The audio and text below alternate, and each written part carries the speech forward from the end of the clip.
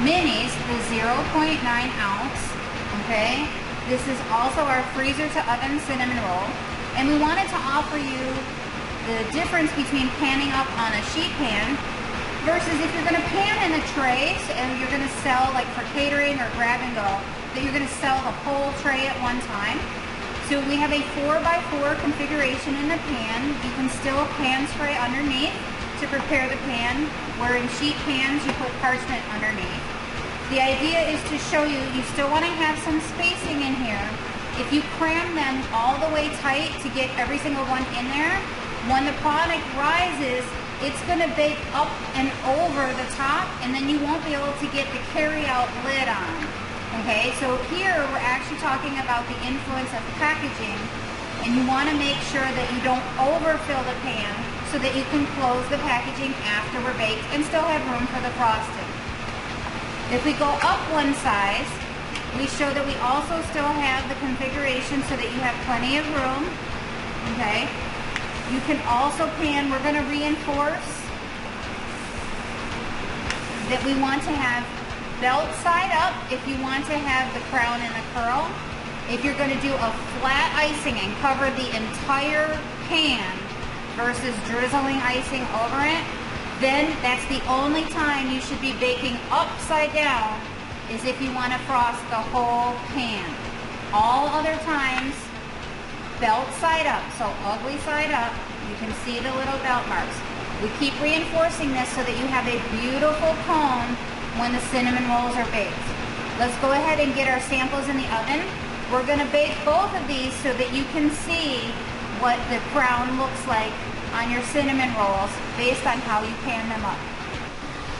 Okay, so we've just panned up our place and bake cinnamon rolls. And remember, these are going to bake at 300 degrees. Okay? So the biscuit twirls were 325, just like biscuits. Cinnamon rolls are 300. Let's go ahead and get our cinnamon rolls in the oven. We've already calibrated the oven. The oven's preheated. Let's go ahead and load. We're standing away so you don't get burnt.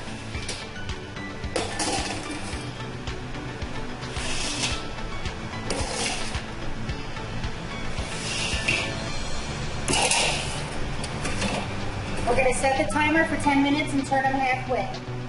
Okay, we're at the halfway point for our smaller cinnamon rolls. We're going to go ahead and turn those 180 degrees. You can see these on the cinnamon twist. Because this is a laminated dough, you can see, just like a croissant, those nice striations in the dough. So we're going to want that top to be dry and slightly firm to the touch. On the minis, we're just looking for golden brown, delicious, and slightly fudgy in the middle.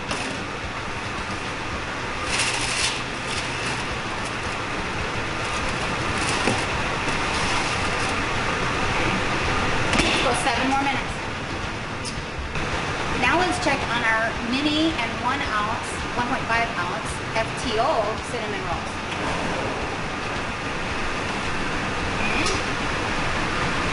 These are much softer to the touch.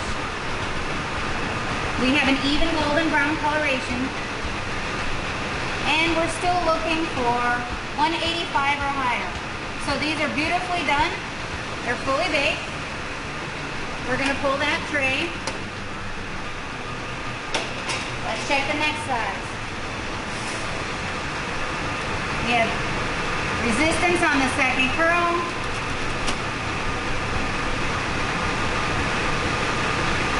We're easily at least 185. These are done.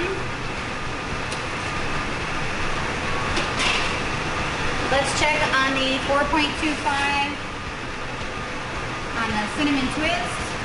You can see this beautiful striation, just like croissant. Okay, we're going to check the internal temperature. We're easily the 185 and above. These are beautifully done. Need 2 pot holders for the big tray.